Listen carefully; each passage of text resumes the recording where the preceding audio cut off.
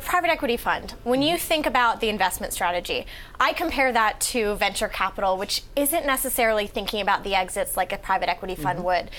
With this new growth equity fund, as you're jumping into some of these growthy tech unicorns, what are you all thinking about that's different given your focus on the exit? Yeah, it's a great question, Alex. So I think one of the things that's really interesting now is companies are just staying private a lot longer than they have historically. If you look back over time, companies tend to stay private for 6 or 7 years on average, and today that number is 11 years.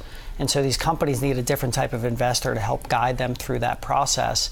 We think a lot of the skills and capabilities that we've built up as a firm over the past 40 plus years can really help these companies get to a size and a scale and maturity where they can either become a viable IPO candidate or become a valuable asset for a strategic acquirer as well. One of the recent investments is Lyft. I'm curious, Lyft is the smaller of the two US-based rideshare companies. Why Lyft? Why not Uber?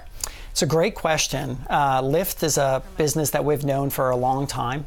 We respect John and Logan, the two founders, incredibly. They've assembled an amazing team. They've built a great company. We've looked at investing in the business a number of different times. Every time we checked in with them, we were really impressed with the progress that they had made, but there was always something that kept us from investing in the company.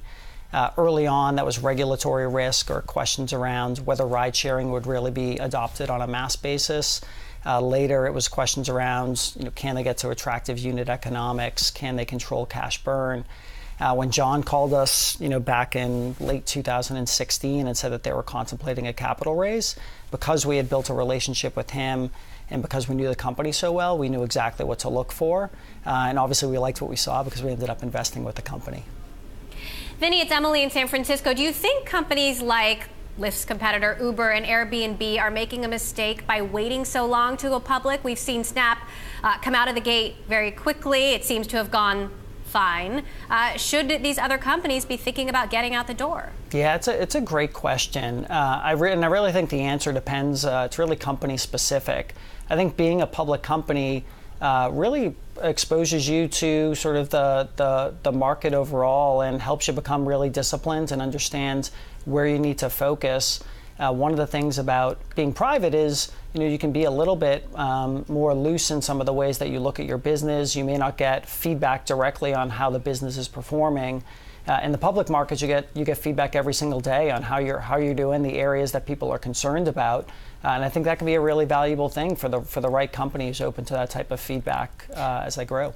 You have this $700 million plus of new dry powder here. Where are you looking within the tech space to put that to work? Are there certain industries that are more attractive for you right now? Yeah, we try to be very thematic in the ways that we invest, and so our team today is focused on a handful of areas that we're looking at for investments, and those would include things around enterprise software, cybersecurity, IT automation, and application development.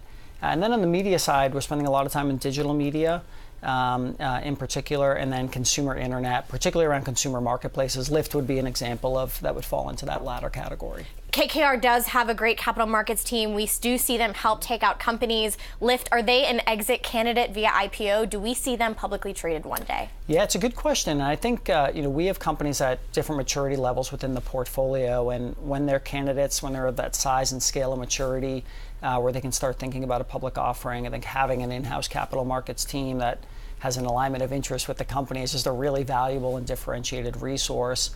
I think Lyft's at an interesting stage itself where, it can start contemplating, are there advantages to being out in the public market, both for the company itself and then for the industry overall vis-a-vis the competition. So maybe we see a Lyft IPO one day with the help of KKR Capital Markets. Emily?